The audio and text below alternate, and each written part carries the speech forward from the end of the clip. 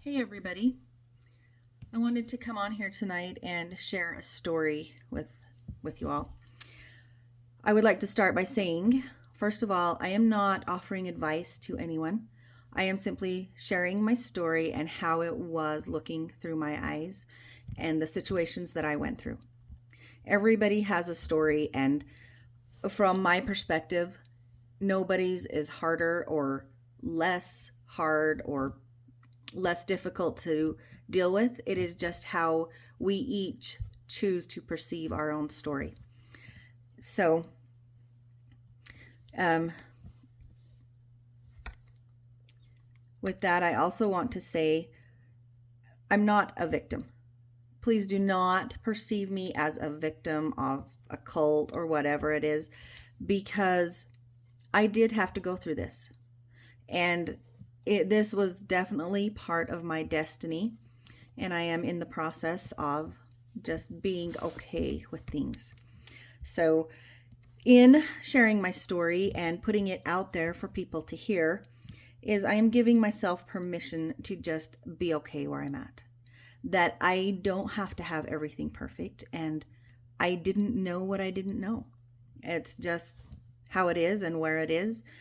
But at the point I am now is I can steer the ship in the direction that I want it to go.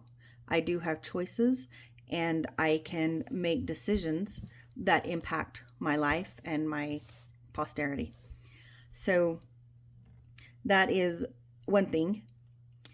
I do want to share that I grew up in the FLDS. It was different in the beginning than it is now. It wasn't FLDS back then. We were just us. There was just a group of people, and really the only thing different was there was lots of moms. Everybody had several moms. And then in the late 80s and the early 90s, things started to shift. And that is when we became known as the FLDS, which was actually really repulsive, and it still is. But so my dad passed away, and at that time, well, a year later, my moms were reassigned, and then we moved down onto the border of Utah and Arizona, where there was a community of like-minded people. And I thought that my life was pretty normal. It was comparative to my classmates and the people that I was surrounded by.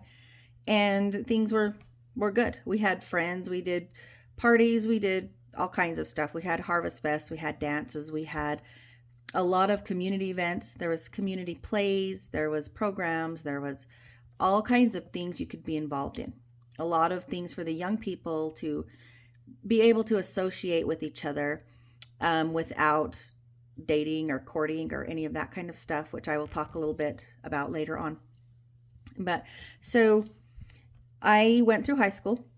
I had done a year and a half of college, and I was just signing up for the classes for the second half of my second year at the time that I got married. And we did not choose our partners. We were assigned a partner. And this is one of the big things that has always startled people. However, that's all we knew. We did not know, other than watching movies and seeing it on TV, that people actually planned out their wedding, that they had a great big gorgeous wedding, and you chose this beautiful dress. So my wedding was definitely not like that. It was called a shotgun wedding, where I found out the day of. I had no idea I was going to get married. I went to work.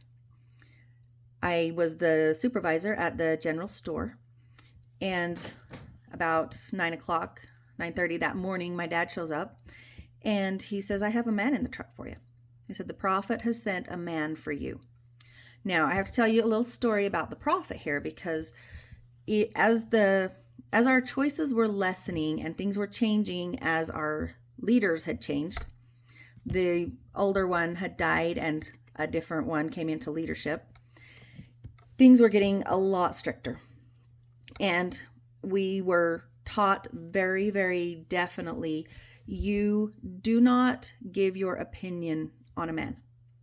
You allow the Lord to choose for you, which the Lord speaks through his prophet. And when he makes a suggestion for you, you don't ever contradict it or have any other feelings. You just go with a clean heart, and the Lord will choose for you. Well, yeah, didn't work out too well, but it was an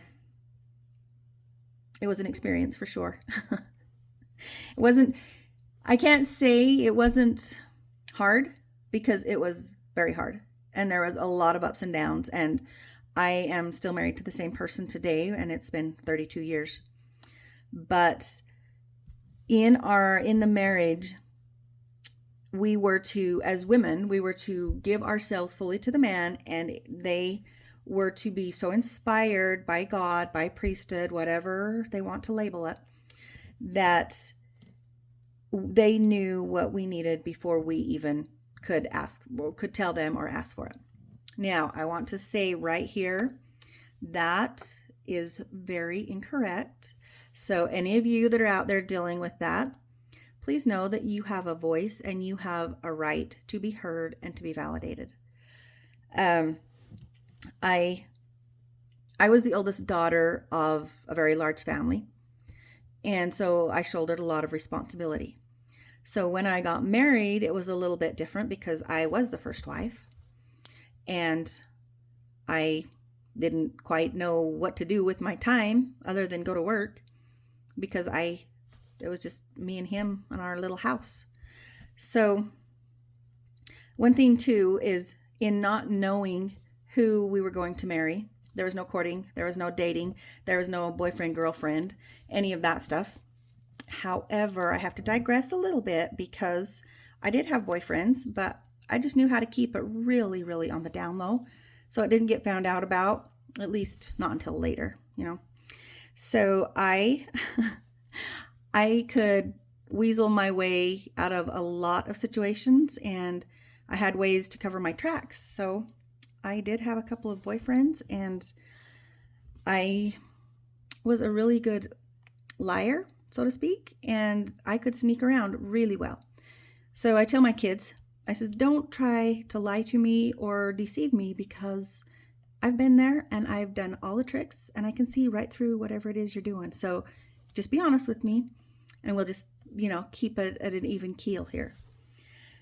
So after I was married, I didn't get to finish my college. At that time, the prophet was calling for everyone, because of course we believed that this was the word of God delivered for us, which honestly, I couldn't have been more far off. And it was starting to send off sensors in my brain that something is not okay. However, we were called to come out of all the worldly colleges, to come away from the world and come together as a community and figure out how to start our own colleges. Well, so I actually got pregnant really soon after I was married, and had my baby, my first child, 10 months after I was married. So I actually have 13 children. Yes, they were all single births, and I did them, except for one that was preemie, I did all of them with midwives, and I did not have an epidural with any of them. None of them were C-section, and they are my pride and joy, and I am so grateful for every one of them. My sister actually married Parley a couple of years later, and she had 8 children with him. So I raised all of them, and plus a few more, that through the religious split of the people and the shunning and casting off, a lot of children were cast out of their homes. They could not associate with their family, because once you made the choice where you don't believe the things that are being taught, you were shunned. You had no access to anything. You couldn't talk to your family. You had no access to food. You had no access to money. You had no access to a vehicle. Everything was taken from you. And so I took in a lot of children that had no family. And so I stood in the place of mother for them for a couple years until they could go out on their own and make decisions efficiently. So that's kind of a little bit of the story of my marriage.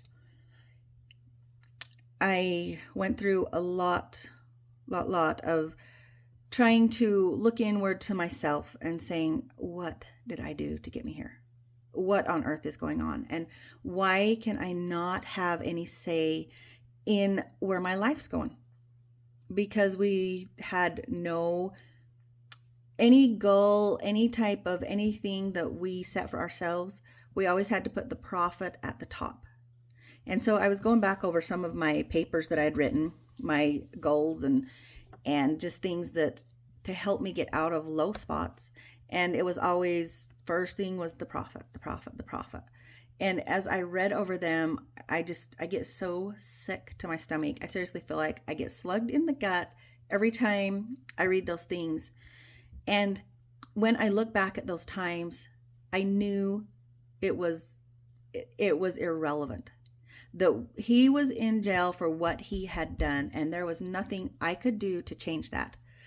So it's a wild ride, but let me tell you, the things that make us into what we are, it's amazing and it's incredible. And if somebody just had a real easy ride and here we are, we're just everything's easy, everything's pretty, everything's always done how it should be, nobody would even want to hear that.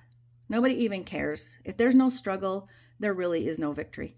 So you get to hear my struggles and you'll get to hear my victories. But with that, I will be back to tell you another little portion tomorrow. Good night.